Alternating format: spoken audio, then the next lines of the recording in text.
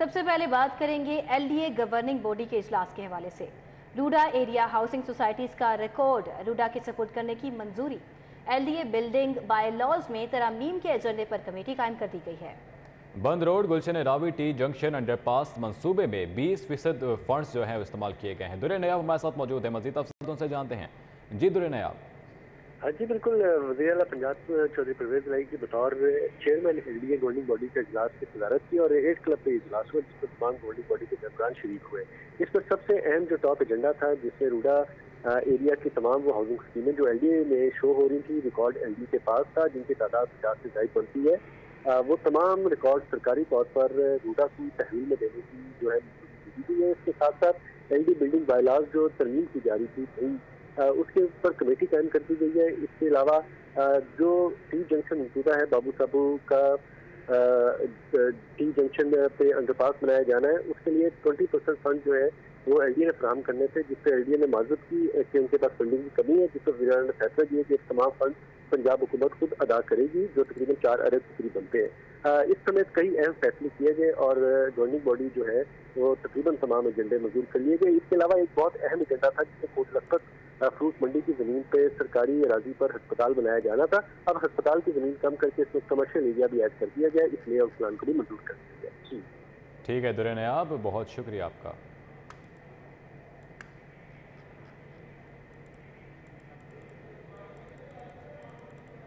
آگے بڑھیں اور کچھ بات کریں کہ حکومت پنجاب نے متعدد افسران کے تقرر تبادلے کر دیے۔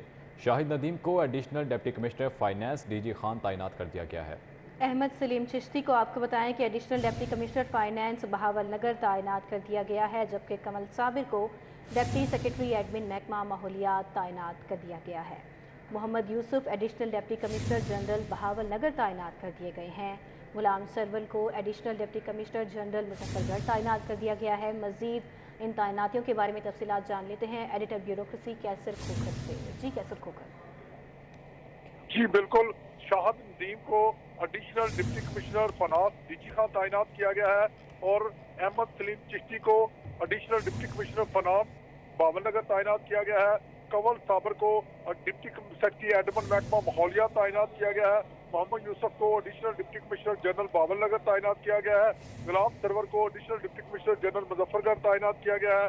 نیاز احمد کو additional deputy commissioner finance Muzaffar گڑھ تعینات کیا گیا ہے اور مظفر مختار کو ڈپٹی سیکرٹری محکمہ زراعت تعینات کیا گیا ہے۔ حکومت پنجاب نے یہ نوٹیفیکیشن جاری کر دیا ہے۔ جی ٹھیک ہے، بہت شکریہ کیسر کھوکھر۔ گوہر اعجاز فاؤنڈیشن کا دکھی انسانیت کی خدمت کے لیے ایک اور انقلابی قدم۔ بین الاقوامی دوا ساز ادارے نوارٹس کے اشتراک سے جناح ہسپتال آؤٹ ڈور میں آنے والے مریضوں کو مفت دوا دینے کا اعلان کیا ہے۔ چیئرمین بورڈ آف مینجمنٹ جناح ہسپتال گوہر اعجاز کہتے ہیں کہ 13 دسمبر سے آؤٹ ڈور میں آنے والے ہر مریض کو مفت دوا مل سکے گی۔